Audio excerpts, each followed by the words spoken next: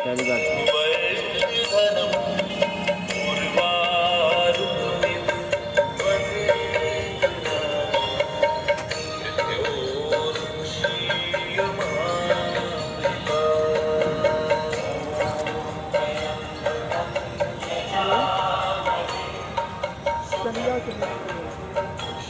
चले जाओ, हम बहुत बिजी हैं, बाद में फोन करिए।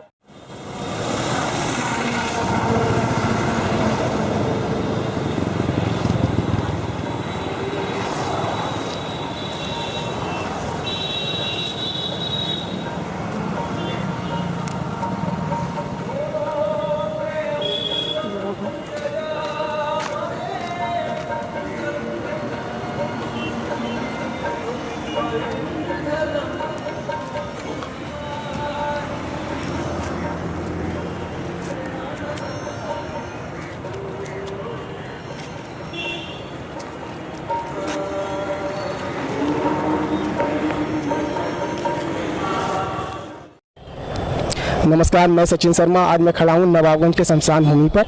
आपको दिखाता हूँ जो यहाँ पर जो अध्यक्ष हैं, वर्तमान अध्यक्ष गोपाल गुप्ता जी, उनके कार्यकाल जो 3 साल का रहा, उस समय में जो भी विकास कार्य हुए हैं वो आपको दिखाते हैं क्या क्या यहाँ पे कार्य हुए हैं। क्या थोड़ा सा ये हाल की तरफ दिखाएं, ये मंदिर की तरफ थोड़ा। आपको बता दें, पहले कुछ समय पहले मुझे ये जानकारी, यहाँ पे जो आप ये देख रहे हैं, यहाँ पे सिर्फ एक टीन सेट पड़ा रहता था। थोड़ा इधर दिखाएं, इधर दिखाएं।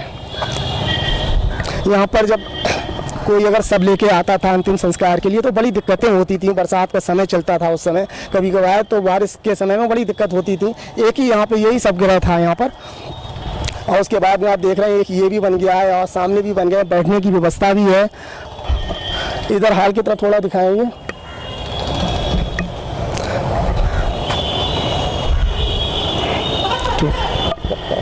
आता हूँ, मेरे साथ में यहाँ पे शमशान भूमि उत्थान समिति के जो अध्यक्ष हैं गोपाल गुप्ता जी, वो भी मेरे साथ में। उनसे जानना चाहता हूँ पिछले 3 साल के दौरान उन्होंने जो विकास कार्य कराए हैं उनके बारे में बताएं।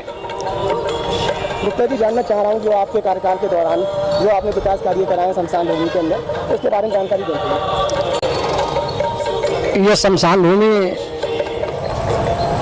बहुत प्राचीन शमशान भूमि है और मैं 2016 में जब इसका अध्यक्ष बना तो यहाँ पर इस तरीके का माहौल नहीं था। फिर मैंने ये नया रोड जो है आदरणीय विधायक भगवत सिंह गंगवार जी की विधायक निधि से लेकर 5.5 लाख रुपए का पुलिया रोड डलवाया। फिर ये वाला सीसी रोड आदरणीय सांसद जी से सांसद निधि से लेकर डलवाया। फिर मार्केट बनवाई, एक सप्ताह स्थल और एक हाट बनवाई। ये माता काली का पीछे यहाँ ये काली माता का जो मंदिर है, थोड़ा सा ये भी दिखाए हैं मंदिर के लिए। ये मंदिर अध्यक्ष जी आपके कार्यकाल के दौरान निर्माण हुआ है इसका? नहीं, मंदिर तो बहुत प्राचीन था लेकिन यहाँ पर केवल एक टीन सेट पड़ा हुआ था। मैंने इस मंदिर में का जीर्णोद्धार किया है और इसमें लिंटर वगैरह जो व्यवस्था थी वो मैंने की है इसकी। और ये जो मार्केट आपने बनाया है ये, तो इस मार्केट में कितनी लागत आई, इसके बारे में थोड़ा बताएं। इस मार्केट में करीब 26 लाख रुपए की लागत है और 7800 स्क्वायर फीट एरिया में ये मार्केट बनी हुई है। कितनी दुकानें इसके अंदर बनी है?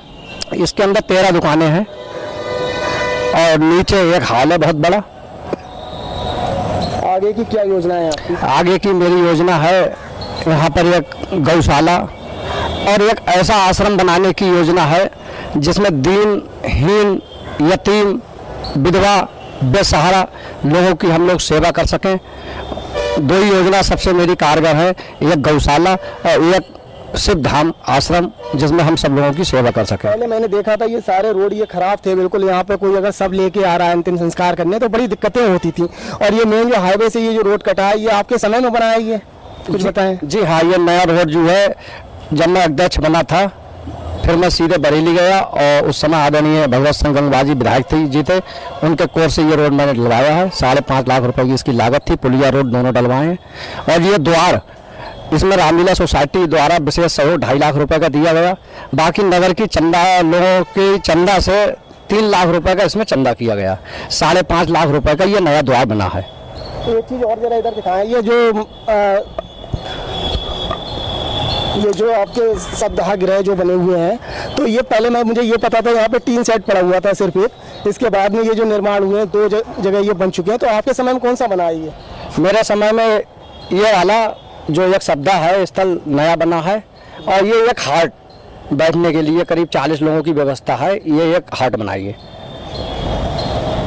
तो ये जो आपने मार्केट बनाया है, इससे जो भी इनकम होती है उससे क्या किस तरीका के विकास कराए जाते हैं, क्या होता है उसका बताओ कुछ। अभी मार्केट में इतनी इनकम तो नहीं है, मगर यहाँ पर जो है सफाई व्यवस्था है, और यहाँ पर जो है महामृत्युंजय बंद का करीब 16-17 घंटे कंटिन्यू जाप होता है।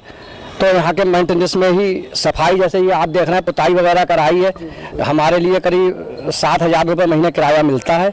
उससे हम यहाँ का मेंटेनेंस जो भी सफाई व्यवस्था होती है, कम बढ़ पड़ता है तो हम इसका चंदा भी कर लेते हैं नगर से। अच्छा अध्यक्ष जी, एक बात और जानना चाह रहा हूँ, जैसे कोई सब लेके आ रहा है, मैंने बाहर की जो शमशान भूमि वहाँ पर ये देखा है कि वहाँ पर कंडे लकड़ियों की व्यवस्थाएं होती हैं, तो आपके यहाँ इस तरीके की व्यवस्था भी है, आगे की योजना है इस तरीका की करने की, बताओ। जी सचिन भाई, जो ये बिल्डिंग बनी हुई है इसमें मेरे गोदाम बन चुके हैं, चूँकि 3 साल का कार्यकाल था, 7-8 महीने कोरोना काल में चले गए।